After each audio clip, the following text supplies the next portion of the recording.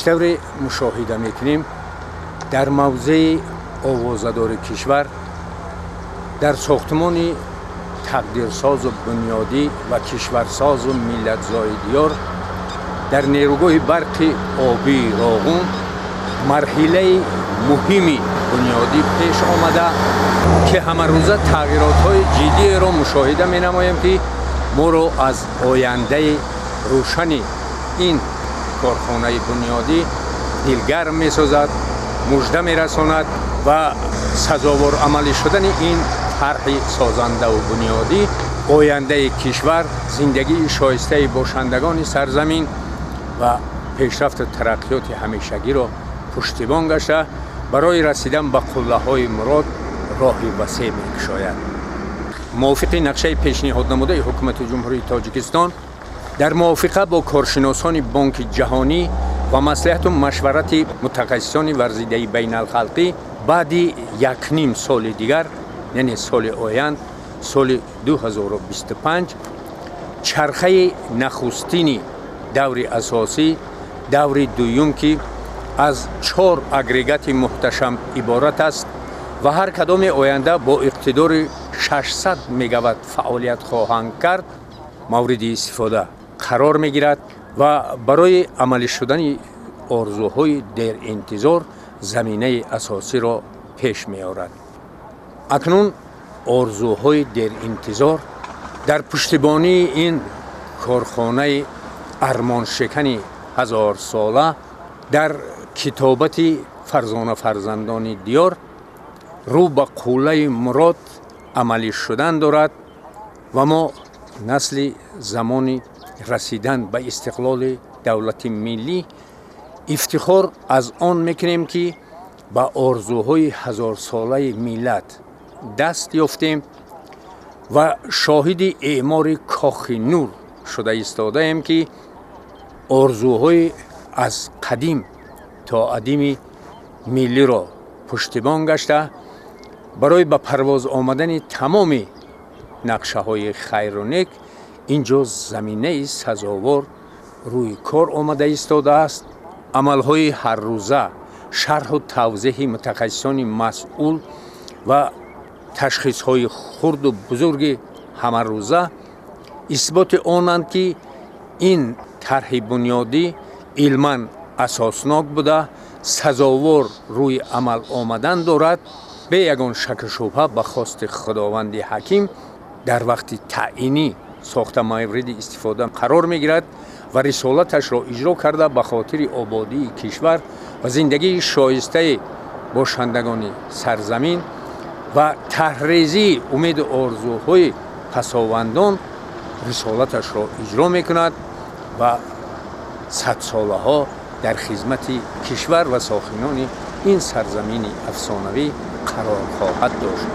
از این رو ما در پایه قله مراد قرار داریم و انشاءالله آن را سزاوار فتح میکنیم و آرزوهای در انتظارمان و پرواز می آیند. ما حقیقتا هم نسل خوشبختیم که با امید و آرزوهای 1000 ساله دست یافتیم و ایجاد آرمانی فرزندان دیار را در اینجا ترنم کرده به خاطر زندگی شایسته خویش و پساوندان خود تمام امکانیت ها را سزاوار استفاده میبریم و شاهد آن میشویم که این طرح از ابتدای کتابت که بیش از 1000 سال باز به ما آمده رسیده است روشنترین عمل است به خاطر آبادی کشور، به خاطر زندگی شایسته ساکنان و دست یافتن به امید و آرزوهای آرمانی.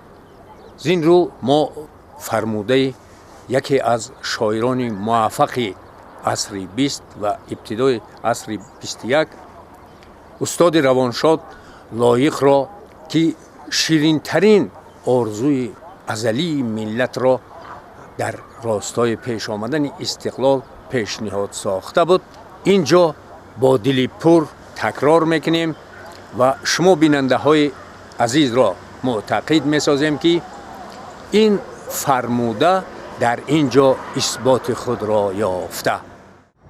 بانگ جشن تاجیکان آید همه، غلغل سامانیان آید همه، از بخارا بر دوشنبه شریف بوی جوی مولیان آید همه. بر دوشنبه پایتخت تاجیکان تخت بخت تاجیکان آید همه. هان مگو اسماعیل سامانی مور زنده باشد کاروان آید همه. کاروانش حامل ناموس ننگ آنچنان بود آنچنان آید همه. کاروانش نیمه راه هم مانده نیست وارث تاج کیان آید همه. کشته بودندش عدوان بهر ما زنده نام و زنده جان آید همه. چون دلش در یاد میلاد می تپید چون دلش در یاد میلاد می تپید روی کف دل ارمغان آید همه. از میان چند قرن اشک خون پهلوان و قهرمان آید همه.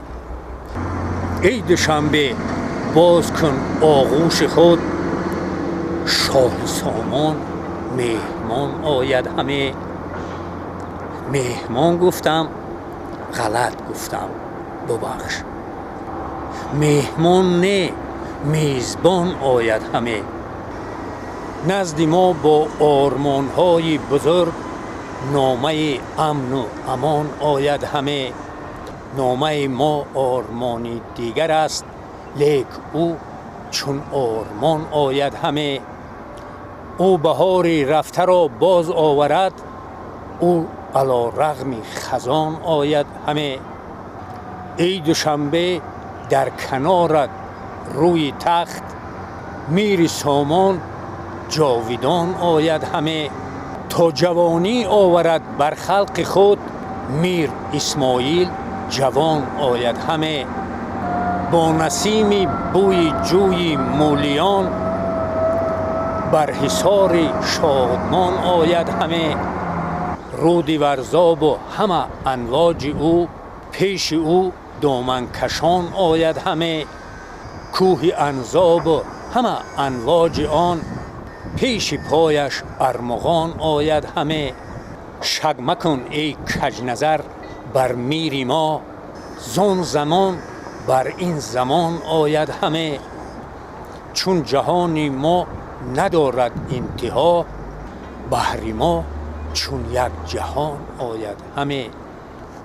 رودکی با عود اعجاز آفرین، دلنواز و دلستان آید همه. مادری می جام در کف کف زنان، در بری گل دختران آید همه. استادی توز شاهنامه به کف، در بری صاحب قران آید همه. در بری او با غروری تاجیکی، رستم از زابلستان آید همه. رستمی دستان با آن فر و شکوه، از میان هفت خان آید همه. از کمانداران ما ننگ آیدش، بی سینان و بی کمان آید همه. بانگ نوش ما رسد بر آسمان، چون که آن نوشین روان آید همه. پیشوای ملتی فرهنگ ساز، سرفرازان پیشمان آید همه. شور و شادی از فراز پیکرش، از کرانه تا کران آید همه. هم سرودی ما رسد بر آسمان، هم سرود از آسمان آید همه. نام ما نادیده گر گیرد حسود، نام ما از کهکشان آید همه. میر اسماعیل سجودت میبرم، کز ضمیرم ارمغان آید همه. کاش دانستی که بعد رودکی، لایق سرواده خان آید همه.